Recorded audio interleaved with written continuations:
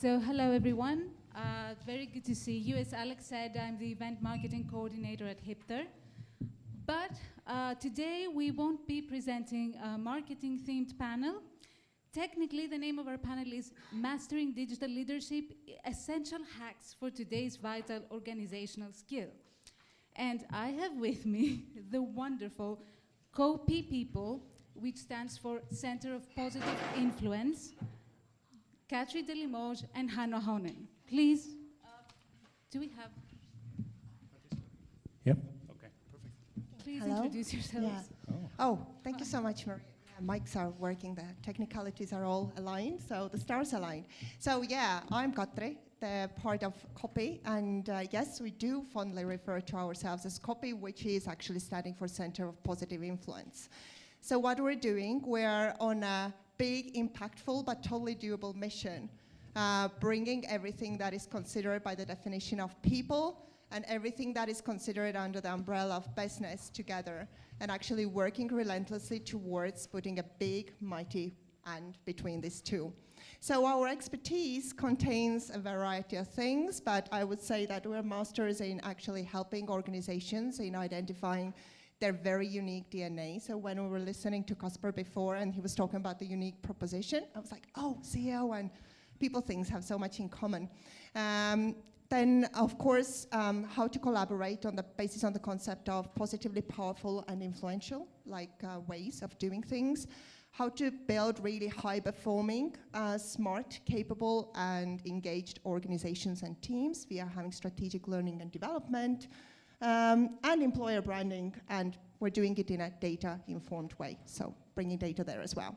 As for myself, you can look me up in LinkedIn, so there's quite a good overview of my background as well, but just a little bit of that. I've been in leadership roles and operating in C-level for the past 20 years in tech, fintech, and also in gaming industries. Usually being brought in and said, Katri, can you help us build, once upon a time there used to be unicorns, now they are, then there were multicorns, and now there's a new hybrid in town, which is something in between a camel and a multicorn, so watch out there. I'm also a lecturer, I'm a mentor, I'm an accredited coach working with C-level people. I'm an author and a blogger, and I'm also the founding member of a very unique, exclusive people leaders sort of community, working together with people from Spotify and Microsoft, so changing the world there as well.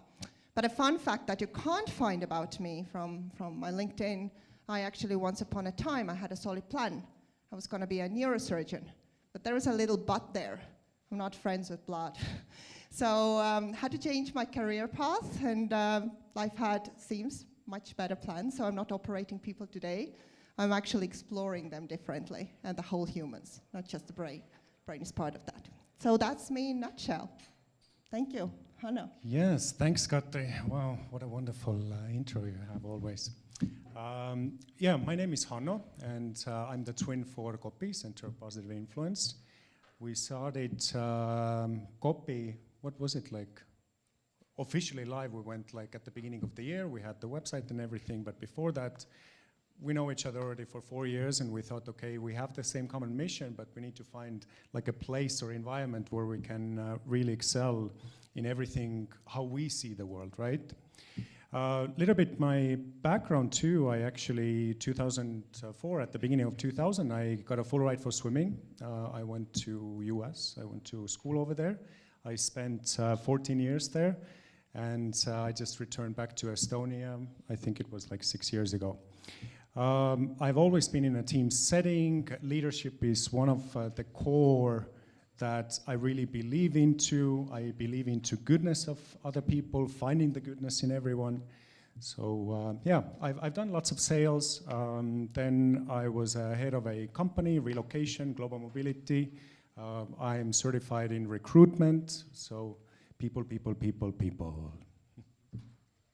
Exactly, and to sum this up, this is a very exciting panel because we have talked about all the tools and the means and the tech advancements that will help companies grow in revenue, in reach, etc. But now we are going to talk about the very core of each organization and its structure and how it can essentially lift off with the help of its people, and essentially keep growing and being able to operate. And that's why Katri and Hanno are not just going to talk to us about digital leadership and leadership in the digital workplace, but we will be talking about leadership and company culture across workplaces, whether it is remote, whether it is on site, and the whole philosophy in general.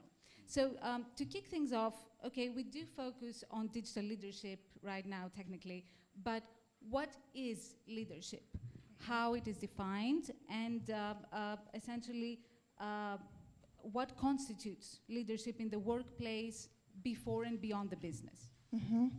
I love that you actually sort of like distinguished a little bit like leadership and digital leadership, because in my world, when I talk about digital leadership, then it still goes back to the core of leadership, yeah? In digital terms, it means that I have the resources, the means, the processes to support that. But who we are as an organization, how we do things around here, what's our competencies, what's our vision, that still goes back to the core. And I want to today push it a little bit beyond that, what is very often considered as mainstream in equation of leadership. You know, that leaders have to be innovative, they have to be creative, they are extroverted now, they're introverted, they are all these like things, they have to be charismatic, yeah? But I'm a huge fan of a lady called Brené Brown. If someone has heard about them, then that's amazing. I live and breathe. I don't eat her, but I'm very inspired by her. So she has actually said a lot of very amazing and inspiring quotes, but for me, leadership is actually pulled if I put 3 of them compiled together. First of all, leadership is actually identifying consciously and looking for potential in people and processes, and being courageous enough actually taking it on and helping them to develop in this field. Secondly, leadership is also about clarity, providing clarity, because Brené has beautifully said, being unkind is being unclear, and kind is clear. So it's very important to actually bring that clarity to the people to have that alignment.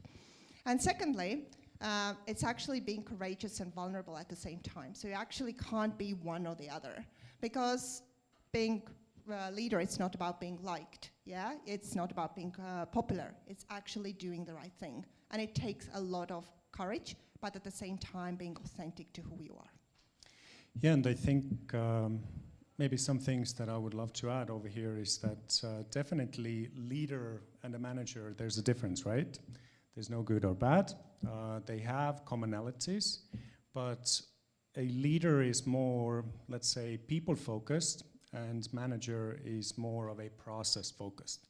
So that's one of the main things. And then one other person that we both really love is Simon Sinek, and he says that leadership is a journey, not to rise in the ranks, but a journey to let others arise around you. So that's something that really speaks to me. And also with the leadership, what I really highly encourage you to look up is also the concept of servant leadership. It's a whole concept. There's lots of research about it, and it's literally you serving others around you, helping them to flourish. Which is essentially the goal of a company to flourish in general. So, so now that we have described leadership in general and according to your experience, what are some of the new challenges and norms, the do's and don'ts of the modern leaders in the workplace? And what is the copy approach to you know, the action plan that you follow, what you suggest to your clients? Mm-hmm. Well, everything we're sharing today here is copy approach. And actually, when Casper was earlier speaking, you know, learning from other people's mistake, actually humans, they sometimes really need to put their hand in the oven to make sure that this is burning hot. And that's part of the learning as well. And we've done it a lot. There's like part of the success stories that we've had, it's things that we've celebrated, but they're having a whole lot of blunders as well, which is why today everything that we're sharing is actually based on practices. But I would say in copy context, we could go by 3 C's. First of all is being conscious. Of course, conscious meaning by being self-aware and aware of those around you and knowing really who I am as a leader, what's my organization and the people around me. It's being curious, like really curious, because it's so easy to go like, I know it all. I've been there, I just give you the solution. But actually, who's on the other side, who's the person. So getting there as well and being compassionate. There's actually a cool research that has been recently done as well between empathy and compassion. Empathy being like, yes, I feel you. It's a hard time. Yeah, I'm with you here. I'm sad too. But compassion is actually being more solution focused. Yes, I resonate with you. It's hard, but how I can be for support or help for you. So be more solution focused and being compassionate. But some of the hacks that, and now I bring the digital in there as well, because obviously they're applying in all the contexts. But when I'm talking about modern sort of organizations, is of course, do you, being authentic to you, because very often what I see working with different organizations like, oh, they're fintech, they're really successful, I'm gonna copy them, I'm gonna do the same thing. No, I mean, get all the universal great practices by all means, but still like go back to yourself and understand like what serves your organization the best. But one of the things is people. Get really to understand the mindset that I really love to think there are no difficult people, they're different people. Sometimes it's like, oh my God, I don't understand. It's like they're speaking a foreign language. And there's actually a possibility to connect with people understanding the language. People are just different. They have different motivators, different communication styles. And when I'm thinking in a digital set, we never used to have these conversations before, but now we really need to start thinking, you know, how do they communicate? When I reach out to them, what's the means or tools or equipment that they actually like to communicate by? You know, I can't maybe telephone everyone. I actually had one colleague and she was like, I hate answering telephones. That's like no social thing. Text me. I'm not going to pick up. And you know, she got really stressed out. Okay, I'm going to text you then. And we got things done. May I interrupt you? Yeah. In my previous company, I was hiring, and we had a complaint on Glassdoor about our interviewers calling via phone, calling the candidate, and they wrote us off like it was a bad review. Exactly. Exactly. Sorry, So you yes. can resonate. So when I spoke about Simon Sinek already, you don't have to figure it out. I don't have to have a solution what these people need. I can actually talk to them and ask about that. And when I take the same golden circle model, for example, the what, the how, and why, I can actually ask them, what does great collaboration look to you? How does it function in practice? What kind of tools, resources, how often? How do you communicate? And why is that way of collaborating actually serving you the best? Because sometimes I'm thinking like, oh my God, that horrible person, they don't want to answer the phone. That's making my life so difficult. But maybe it's coming from a different place that actually, that is in social context super hard for them. And I don't have the context if I don't know. And secondly, I just quickly want to say about emojis. Don't underestimate or overestimate the power of emojis. I mean, in the digital context especially, we need to sort of like get creative how to put some emotion in there. But just, I've actually done a lot of research on emojis. There's a lot of science in there. But really understand, you know, how much is the good balance actually in the communication and who's the other person on the other end. There are certain emojis that are, I would really empower you to be a little bit less adventurous with. And one, for example, is this emoji, you know, the yellow head with the smiley upside down. It has actually so many different interpretations. It means being silly. You can be reading it as being sarcastic, ironic, dry sense of humor, laughing at the other person, laughing at myself. And a tragic situation, actually, one Scandinavian organization using that emoji took the people in employment tribunal. Because, you know, one person came from one place, they were actually saying they were laughing at themselves, but the other person was like, no, they were being sarcastic. They were laughing at me. So there are certain emojis just to be conscious about. Yeah, and Katri, just a small thing that I want to add. You talked about the 3 C's, right? And I think an important is to add, you already mentioned earlier as well, but courageousness. And this is one of the adjectives most commonly used when people think about leadership. Brené Brown did a thorough research globally. This was not only in US. And also, as you also already mentioned, right, that courageousness doesn't come without vulnerability. So really, really important part in here. Yeah. Yes, which essentially just combines with compassion and empathy, as we discussed before. Yes. So, do you have any specific client example and experience where you provided assistance in team organization, whether that was a digital workplace or hybrid or whatever?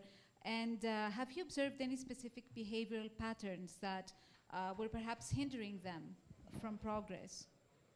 Oh, so many. Okay, I'm just thinking like something juicy, but just one that pops into my mind at the moment in the digital context is, obviously during the COVID times, everyone going home, that was sort of like a given kind of way to go about that. And now everyone is more talking about coming back to the office and, you know, whatever, being more productive this way.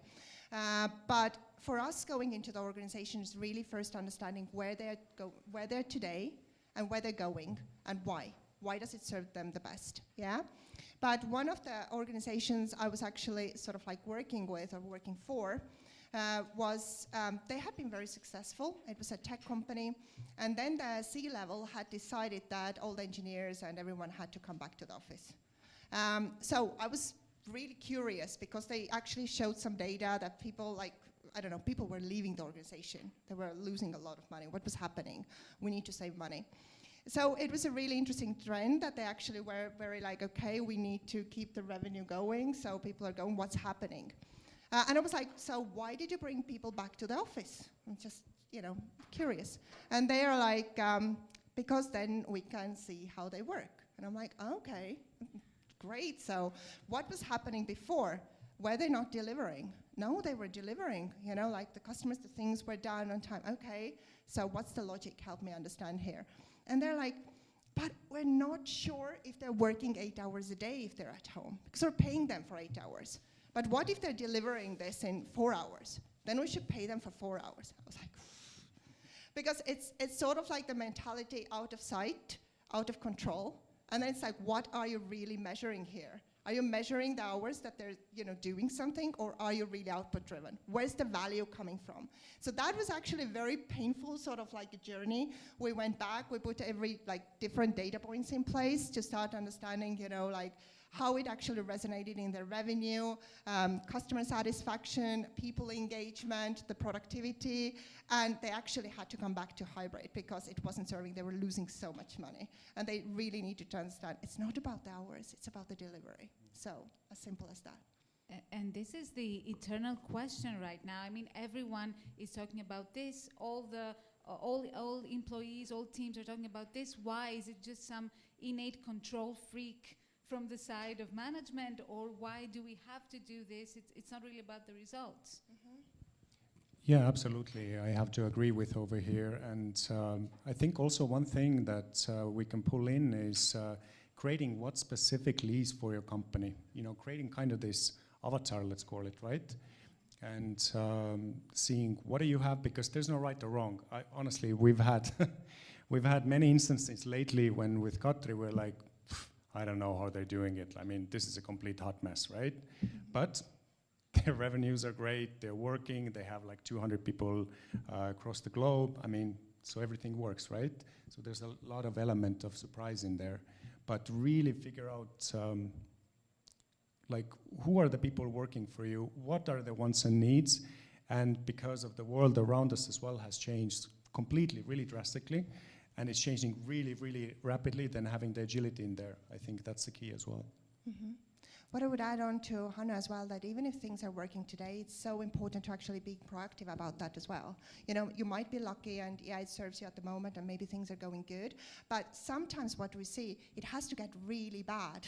And I always say, like, why does it have to get really bad before something to change? Why can't we already take a few steps back and think like, okay, we really need to start thinking about that, especially when we're going into hypergrowth or scaling?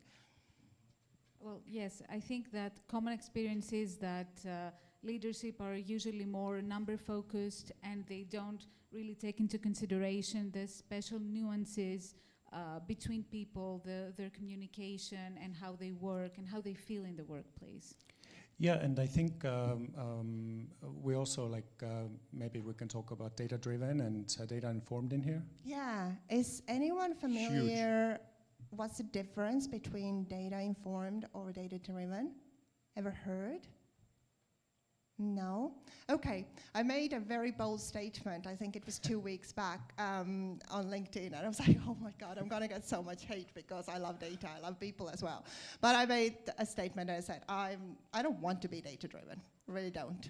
I actually want to be data-informed going forward. So what does it actually mean? Like, check out Linda Hill. She's a amazing Harvard researcher and professor, but just in a nutshell. Data is reflecting past. So I can bench myself against something where I'm coming from, yeah? And it's important. We actually have a saying in Estonia as well. If you don't know your past, you don't know your future. So it's important to have that in the background as well. But when you're actually thinking of your future vision, you always have to think also like the data is coming from a different period. Where I am today, what's happening, what's the resources, what's the means, where's the industry going? So it's much larger context that you actually have to consider, especially when you're strategically planning. So check it out. It's uber cool. There is a podcast about that as well with Brené Brown and Linda Hill, and she goes into deep delving in that as well. So hopefully more data informedness in the world. Okay, so let me take a detour from our questions, and according to this, according to your experience, you said that a company should be proactive, should look further beyond. But according to your experience, when is it that organizations and leaders take notice of the problem? When is it that they decide that they need to act and that they need help and to change their mindset in the company? Where it hurts really bad. When the house is really burning. I mean, really badly. So churn and people leaving. And people leaving. Usually it's like we're losing so much money and this is people's fault. Do something. And then we come in and start digging and make it really uncomfortable, but it has to get really uncomfortable before you can actually get on the other side. But yeah, usually the mindset is it's so easy to lead when things are going good, right? Because everything is working. But you always have to have like 25 steps ahead because it might change in a blink of an eye. Okay, so where does company culture come into this, into what we have described, the way that you get your data and you set up your strategy?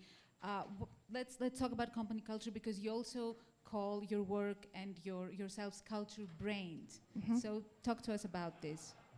I mean, it's everything.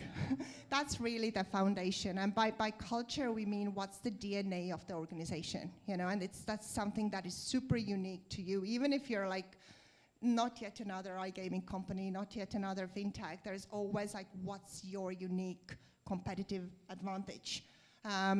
As an organization, maybe a product, who's your human, who's your leader? And that's why when we go into the organizations, we really ask these questions like who you are today and who do you want to be? And I give you an example. Going into different organizations, that's actually one of the biggest gaps. Mm-hmm. It's like who we are today and who we think that we should be. One fintech organization that I went into, they had actually established their values before, and one was being kindness. And they had recruited in scaling a whole bunch of really kind people. And by all means, for me, kindness is one of my core values, and that means actually being transparent, constructive, talking about the good and the bad and the ugly. It's nothing to do with niceness. I don't do niceness. But then I came in, and there were a whole lot of people like being really confused, like, what the hell is happening? This organization is not kind. I mean, and then the CEO came out and said, yeah, we should be like a London city organization. And it was very sort of dog-eat-dog kind of environment, very individualistic. And then we actually had to have that conversation, like, okay, you're definitely not kind today. Are you sure you want to become kind? Because we can support and help you if that's the value that you actually sort of want to embrace as part of your organizational DNA. And what does it mean? Okay, we're not hurting anyone, right? Okay, that's kindness as well, but what else is there? How does it actually live in practice? And then down that journey, they realized that, it's not. But everyone says that they want to be kind. So we want to be kind as well. Don't do what everyone does. Do you. And that's why actually they scrapped that kindness value, because they have brought a whole lot of people into the organization, spent so much money. The disappointment of the people was huge. The organization was super disappointed, and it really hindered many of the things that they had planned. So it's super important to actually think about that in advance. Yeah. Agreed, yeah. Okay, so speaking of iGaming companies, like you said before, and fintech and the tech companies, there are so many startups that keep growing, and they reach that scale-up level where they need to get more people and retain those people. So under this concept, how do you decide on the cultural fit of those people? So how do you advise the leaders to decide on this and how to apply it in their hiring process and in their philosophy? Yeah, thank you, Maria. I think really important here is to distinguish that we've been using culture fit for a very long time, right? We want to have the same people. I want to go and have, I don't know, a beer with you afterwards. I have commonalities with you. But we went to a conference just lately as well, and the culture fit is always put like versus culture add. Does everyone, have you heard of culture add, culture fit in organizations? We have lots of competencies, Yeah, really we bad at reading thoughts, so help us out here. Nod or do something with your body. Apparently not. Okay. Yeah, I good, don't see good. any culture Let's do it then. added-minded people here. Yeah, so yeah, culture fit has been used for a very, very long time, and culture add now is the difference in people, right? So we're looking different mindset, different backgrounds, and culture fit is usually used as in organizations when you want to make quick decisions, right? So as we spoke about, this is the startups, really rapid, quick decisions, we can move forward, right? And culture adds is actually where the innovation comes about. There's no right or wrong, whichever stage you are. And what we actually in Copy, since we love to do things a little bit differently, right? We also added a culture value in there. So we're not doing the versus, but we have actual culture fit. So we have culture add, and then we have culture value. Mm-hmm. Just adding to that, like Hanno said, it's very important to understand what stage of the organization you are.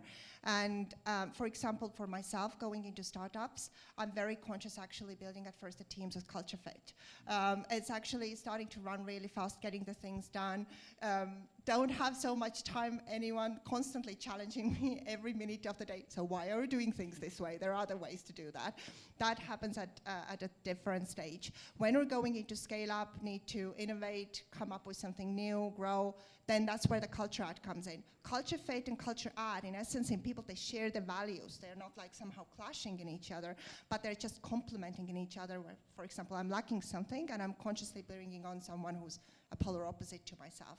But the way we are doing things is similar, but the way we're thinking is different, and that's where innovation happens. But yes, culture add is our baby, our creation, because we believe that in order actually to be successful, whatever it subjectively means in any organization, you actually need both. It's just realizing where the fit needs to come in and where the add needs to come in. So rather thinking in terms of value, rather than they have to be polar opposites. Yeah, it's the uniqueness of the organization, right? So you're helping to practically implement diversity. And speaking of all this, has anyone faced these kinds of problems in their organization? Does anyone have any questions pertaining to these kind of matters of retention, company culture? No? No? Always Perfect. Amazing. We want to talk to you later. We obviously have lots of good stories coming from there. Very Great fortunate stuff. people, because in my previous workplace, we faced just that when we started to scale up, and we just reached that point when Katri said that the house is burning, and so we had to turn everything around and start with internal communications, external communications, the whole bunch. But okay, I see some people not being very moved by this since they don't have this problem. So let's get practical. Mm-hmm. And if you wrote a playbook addressed to company leaders teaching the hacks of leadership and organizational skill in the modern workplace, what would the chapters be? Let's be specific. Like, what should they do? Okay, I start with the title because I need to have the title, and then I go to the chapters. Something that's coming up quite a bit, like do you today and all the tomorrows ahead. And I would have co-authors there as well, because as mighty as I think I am, I think it's good to take these add-ons and different perspectives in there as well. Hanna, definitely. Brene Brown, I would like to have one of the co-authors. Linda Hill, Erin Meyer, Erika Davani, amazing people coming up with very different sort of concepts. But the chapters as per se, definitely related to self-awareness, something that where we actually have to become really self-aware about ourselves, our organizations, our teams. Then the concept of positively powerful collaboration, and the idea is basically learning different lingos in communication. Like I said, there are no difficult people, there's actually different people, and how I get beyond that. Digital transformation and change management, two different kind of things. Again, Linda Hill is hot on that in digital transformation, definitely something that has to be in the modern leaders' skill set today as well. And yeah, that would be like sort of the chapters that I would definitely have in this book. Hanno, what's yours? I would go creatively. It's going to be memoirs of Hanno. No, I'm just joking. Mine, I think, because the concept of leadership, I also see it as I don't know if anyone is a mountaineer here, but as a Sherpa, right? When you go to on top of Mount Everest, the climber can't go there without the Sherpa, and it's kind of useless for Sherpa to go all by him or herself up to the hill, right? So it would be, I think, something like, happy Sherpa to the Mount Everest. And the chapters that I would speak in there is definitely the servant leadership, co-creation, finding good in all. I think this is really crucially important, because I was just watching some documentary, and an interrogator for the NYPD said that she's using always going into the interrogation, whoever it is sitting other side of the table, that she's going to find the good in that person, right? Mind twist, right? The other person can be a murderer, rapist, but she's going to find the good, and then she's just going to leverage from there, right? And yeah, I think my book is a little bit thinner than Katre's. Now we write it together. Data informedness as well. Data informedness as well. That would be there. Okay, so take a look inside, start digital transformation, be data informed, not data driven, and look for the good. In order to embrace the difference. And one last thing, since we had this previous keynote that alerted us to what not to do in SEO. So from your experience, what are the most common mistakes and misconception from the leader's side, both for business management and people's departments, that, let's flag them here so they can avoid these mistakes? Sure. I think maybe we'll bring like a really good example at the projects that we've been working on, perhaps. Give some limelight for it. One of the projects that we're actually working for, and the bottlenecks over there, is really creating the avatar of what is a leader in your organization. And this company, I think maybe you should also know, this is Olympic or Olibet casino. They're online and also as a retail, right? And how to, this has been a journey for us with them, because the boot camp, the leadership boot camp that we're trying to create for them in order to help them out to create this avatar, what it means for them, it's actually a year-long program. And so we have 4 sessions there. We have success luncheons or champion luncheons afterwards. But that's I would say like one of the biggest things. And another project that we're having right now, super interesting. They came to us. They know exactly what they wanted, so it was really impressive. Was Rush Street Interactive. So they're gathering. I think what was it in May? Mm-hmm. I think May. Yeah. They're coming to Estonia with the people operations team, and they've never been in one location. So they also want to create this avatar, who they are, what are the competencies of people in the team, what is the supply chain of information, so on and so forth. Mm-hmm. I would say 2 things. First of all, in regards to leadership, embrace being half-baked.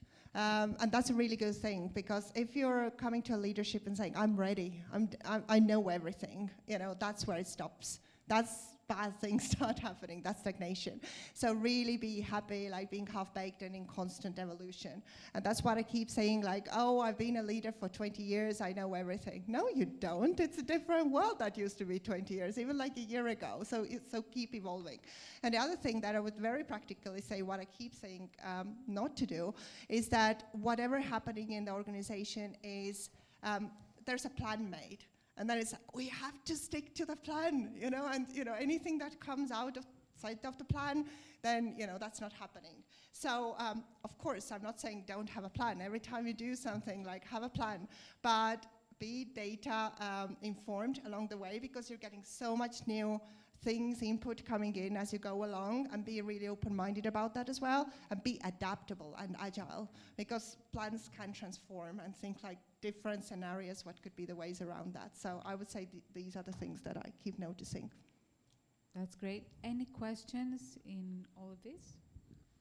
Yeah, what's happening in your heads? Oh, they were supposed to ask us. It's the EKG like zzz. I think it was an avalanche of information, and I see Alex is looking at us brutally like before. Yeah, we got kicked off. One last tip, a practical tip for success, for company culture and employee retention. A practical tip. Very practical.